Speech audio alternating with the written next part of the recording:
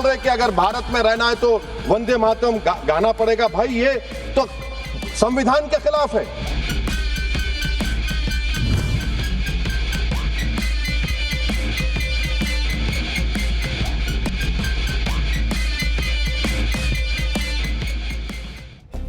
बंगाल में चुनाव से पहले टेंशन में आई ममता बनर्जी, कैसे खतरे में है टीएमसी का मुस्लिम वोट बैंक। और इधर मोदी के लिए एकजुट हिंदू, उधर बंगाल वाली बाबरी के लिए वो नोट आए जो ममता का वोट खा जाएंगे। जानिए सुशांत सिन्हा से। मोदी के लिए एकजुट हिंदू, उधर बंगाल वाली बाबरी के लिए वो नोट आए जो ममता का वोट खा जाएंगे क्या? अमित शाह की आंख में दुर्योधन दुशासन। बंगाल को लेकर घबराई ममता ने क्या गजब बोल दिया। वंदे मातरम का विरोध करने वाले मदनी ओवैसी सुन लें कि क्रांतिकारी अशफाक उल्लाह खां क्या बोल के गए थे वंदे मातरम के बारे में। अब इसका चैप्टर। बंगाल में इस समय गजब माहौल बना हुआ है। इधर पीएम मोदी की सनातनी हुंकार है, उधर हुमायूं कबीर की बाबरी मस्जिद और उनके ओवैसी अवतार ने चैलेंज दिया हुआ है। और ममता बनर्जी बहुत फायर है। ममता बनर्जी को अमित शाह की आंखों में दुर्योधन दुशासन दिखने लगा है। आप देखिए बंगाल की राजनीति में चुनाव से पहले किस तरह भूचाल आया जिससे ममता बनर्जी हिली। भाई पहले कोलकाता में गीता पाठ में 5 लाख से ज्यादा सनातनियों का सैलाब आया। फिर मुर्शिदाबाद में हुमायूं कबीर की बाबरी मस्जिद के शिलान्यास में मुसलमानों की भारी भीड़ उमड़ गई। और अब बाबरी मस्जिद के लिए भर भर के नोट आ रहे हैं। ऐसे में ममता बनर्जी सनातन और बाबरी मस्जिद के बीच फंसती नजर आ रही। बाबरी मस्जिद के लिए आ रहे नोटों में उन्हें अपने मुस्लिम वोट खिसकते दिख रहे हैं। उस पर पीएम मोदी की घुसपैठियों के खिलाफ मुहिम और बंगाल में चुनाव से पहले हो रहे एसआईआर ने ममता बनर्जी की बेचैनी को और बढ़ा दिया है। आज पाठशाला में आपको बताऊंगा ममता बनर्जी कैसे अपने ही खेल में फंसती जा रही। पहले गीता पाठ, फिर वंदे मातरम। चुनाव से पहले बंगाल का माहौल किस तरह से बदल रहा है, ये सब आपके लिए लाया हूं। पहले एक झलक देखिए।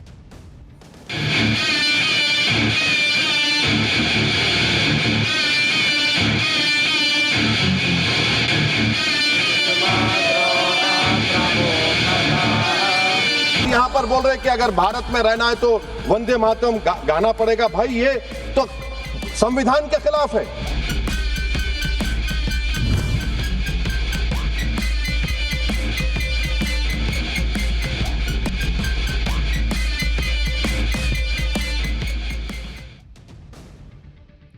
देखिए सबसे बड़ा जो गेम चेंजर इस बार कहा जा रहा है बंगाल के पॉलिटिक्स के, वो बंगाल में बन रही बाबरी मस्जिद को बताया जा रहा है, जिसने मुख्यमंत्री ममता बनर्जी की टेंशन बढ़ा दी। क्योंकि ममता बनर्जी और उनकी पार्टी मान के चलते कि मुसलमान और कहां जाएगा, हमको ही तो वोट करेगा।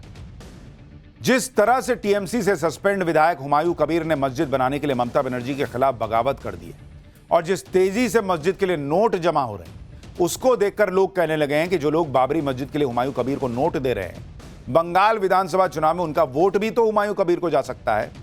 यानी इधर बाबरी के लिए नोट गिर रहे हैं, उधर ममता बनर्जी के वोट भी गिर रहे हैं।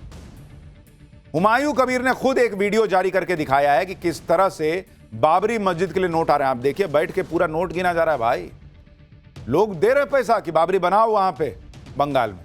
अब जो नोट दे रहा है वो वोट किसको देगा, पब्लिक पूछ रही है।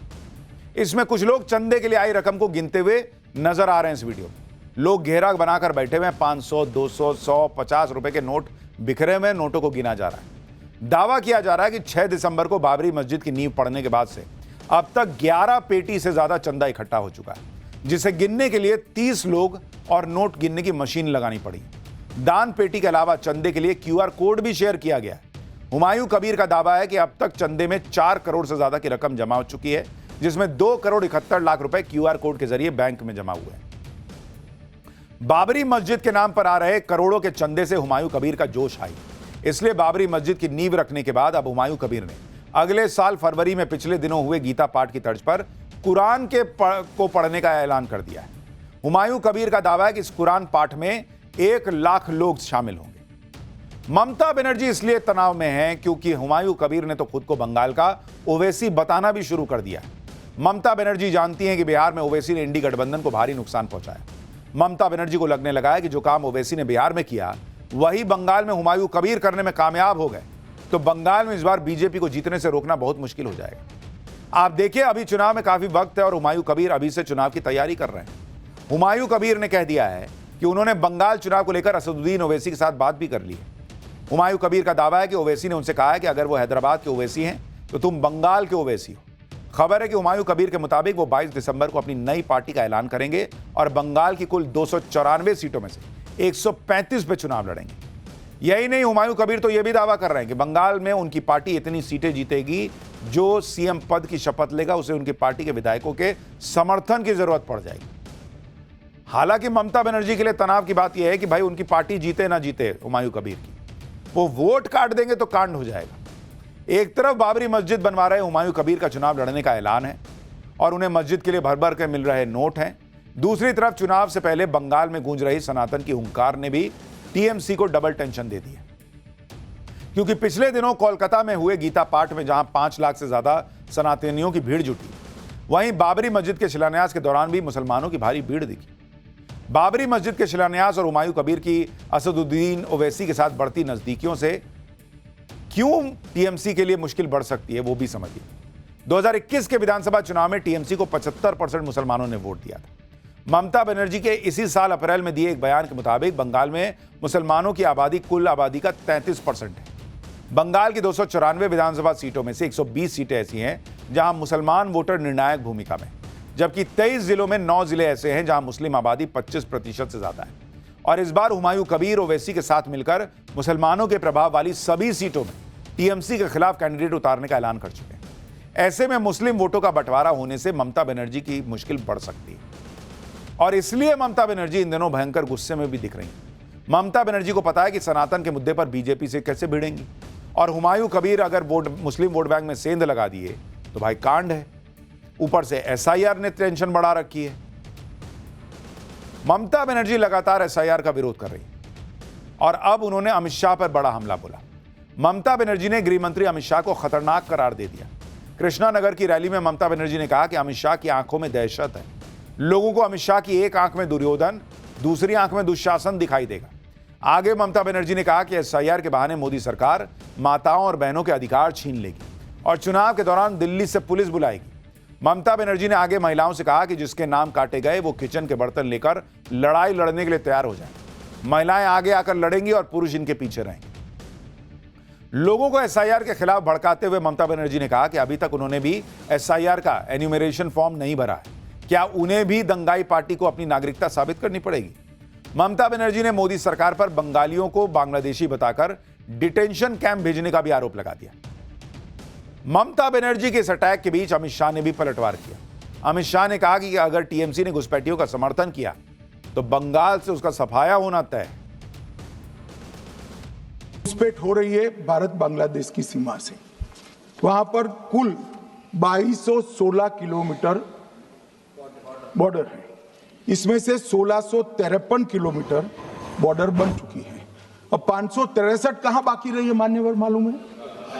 केवल और केवल एक राज्य बंगाल। ममता बनर्जी के लिए मुश्किलें बढ़ती जा रही हैं। बाबरी और सनातन के बीच वंदे मातरम को लेकर जो बवाल हो रहा है उसका भी बंगाल पर बड़ा असर पड़ सकता है, क्योंकि आजादी की लड़ाई में हर क्रांतिकारी की जुबान पर चढ़ चुके वंदे मातरम की जड़ें बंगाल से जुड़ी। लेकिन अपने वोट बैंक को खुश करने के लिए किसी भी हद तक जाने को तैयार ओवैसी जैसे नेताओं ने वंदे मातरम न गाने का झंडा बुलंद कर रखा है। एक तरफ पीएम मोदी ने कहा है कि जिस गीत को गाते गाते क्रांतिकारी जीवन का बलिदान देने के लिए निकल पड़ते हों उस पर देशवासियों को गर्व होना चाहिए, लेकिन ओवैसी ने वंदे मातरम को मजहबी रंग दे दिया। कहा कि मुसलमानों से वंदे मातरम गाने को कहना संविधान के खिलाफ है। एक बार ओवैसी को सुनिए। हमारा भारत एक इसका मजमुआ क्या है? इसमें हिंदू है, मुसलमान है, सिख है, ईसाई है, जैन है, एथिस्ट है, मेहनतकश है, किसान, गरीब, मजलूम और दलित है।